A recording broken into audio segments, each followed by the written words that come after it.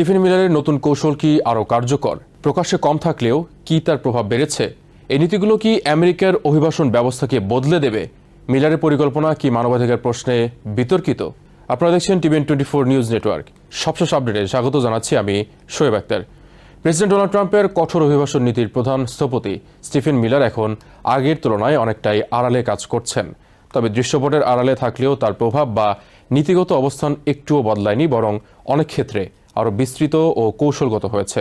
Trump প্রশাসনের দ্বিতীয় মেয়াদের শুরুতেই মিলার স্পষ্ট করে দেন তার লক্ষ্য শুধুমাত্র অপরাধীদের গ্রেপ্তার নয়, বরং দেশে অবৈধভাবে অবস্থানকারী প্রায় সকল অভিবাসীকেই আইনের আওতায় আনা। ইমিগ্রেশন অ্যান্ড কাস্টমস এনফোর্সমেন্ট বা আইস কর্মকর্তাদের সঙ্গে বৈঠকে তিনি নির্দেশ দেন সন্দেহের মাত্রা কম হলেও অভিযান চালাতে হবে এবং প্রয়োজনে ওয়ারেন্ট ছাড়াই গ্রেপ্তার বাড়াতে হবে।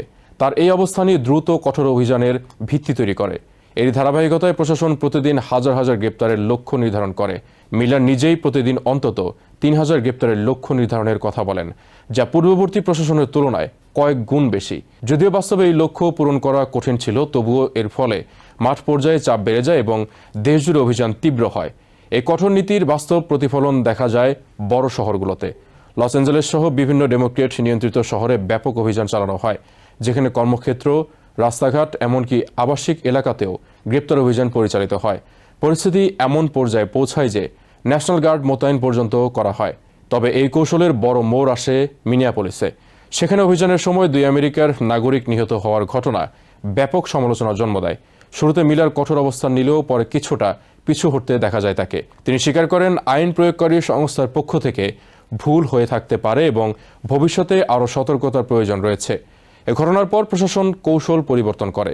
বড় আকারের সামরিক ধাঁচের অভিযান কমিয়ে আরও লক্ষ্যভিত্তিক ও কম দৃশ্যমান গ্রেপ্তারের দিকে ঝুঁকে পড়ে আইস। তথ্য অনুযায়ী এই সময় গ্রেপ্তারের হার কিছুটা কমে আসে, বিশেষ করে যাদের বিরুদ্ধে কোনো অপরাধমূলক অভিযোগ নেই এমন অভিবাসীদের ক্ষেত্রে। তবে কৌশল পরিবর্তন মানেই নীতির পরিবর্তন নয়, বরং মিলার এখন আরও গভীর ও দীর্ঘমেয়াদী চাপ তৈরির দিকে মনোযোগ দিয়েছেন।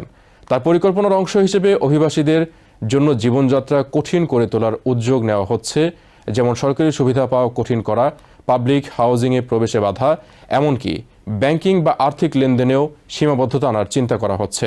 হোয়াইট হাউস সূত্র বলছে মিলার একটি নতুন নিয়ম চূড়ান্ত করার কাজ করছেন, যার মাধ্যমে এমন অভিবাসীদের গ্রিন কার্ড দেওয়া বন্ধ করা হবে যারা ভবিষ্যতে সরকারি সহায়তার উপর নির্ভর করতে পারে। এই নীতিটি ট্রাম্পের প্রথম মেয়াদে আইনি চ্যালেঞ্জের মুখে পড়েছিল, তবে এবার সেটিকে আরও শক্তভাবে আইনি পরীক্ষায় টিকে থাকার মতো করে তৈরি করা হচ্ছে। এছাড়া মিলার বৈধ অভিবাসীদের ক্ষেত্রেও নতুন সীমাবদ্ধতা আরোপে আগ্রহী, বিশেষ করে শরণার্থী ও নির্দিষ্ট জাতিগত গোষ্ঠীগুলোকে লক্ষ্য করে কঠোর নজরদারি ও বিধিনিষেধ আরোপের প্রস্তাব দিচ্ছেন তিনি। একই সঙ্গে আইসকে নির্দেশ দেওয়া হয়েছে জাস্টিস ডিপার্টমেন্ট সঙ্গে নিয়ে সরকারি সুবিধা জালিয়াতির অভিযোগে অভিবাসীদের বিরুদ্ধে তদন্ত জোরদার করতে। তার প্রভাব শুধু ফেডারেল পর্যায়ে সীমাবদ্ধ নয়। বিভিন্ন রিপাবলিকান নিয়ন্ত্রিত স্টেটে মিলারের পরামর্শে নতুন আইন প্রণয়নের উদ্যোগ নেওয়া হচ্ছে। যেমন টেনেসিতে এমন একটি প্রস্তাব আনা হয়েছে যেখানে হাসপাতাল, স্কুল বা সামাজিক সেবায় অবৈধ অভিবাসীদের তথ্য রিপোর্ট করা বাধ্যতামূলক করা হতে পারে। মিলারের দৃষ্টিভঙ্গি দীর্ঘদিন ধরেই বিতর্কিত। তিনি মনে করেন 1965 সালের অভিবাসন আইন আমেরিকার জনসংখ্যাগত কাঠামো বদলে দিয়েছে এবং এর ফলে সামাজিক ও অর্থনৈতিক সমস্যা তৈরি হয়েছে। তার মতে তৃতীয় বিশ্বের দেশগুলো থেকে অভিবাসন সাময়িকভাবে বন্ধ রাখা উচিত, যাতে দেশ নিজেকে পুনর্গঠন করতে পারে।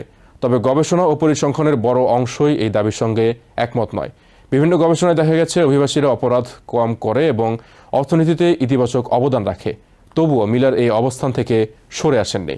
রাজনৈতিকভাবে তার এই কৌশল মিশ্র প্রতিক্রিয়া তৈরি করেছে। রিপাবলিকানদের একটি বড় অংশ তাকে সমর্থন করলেও ডেমোক্রেটদের পাশাপাশি কিছু রিপাবলিকান নেতাও তার দ্রুত ও কঠোর পদক্ষেপের সমালোচনা করেছেন।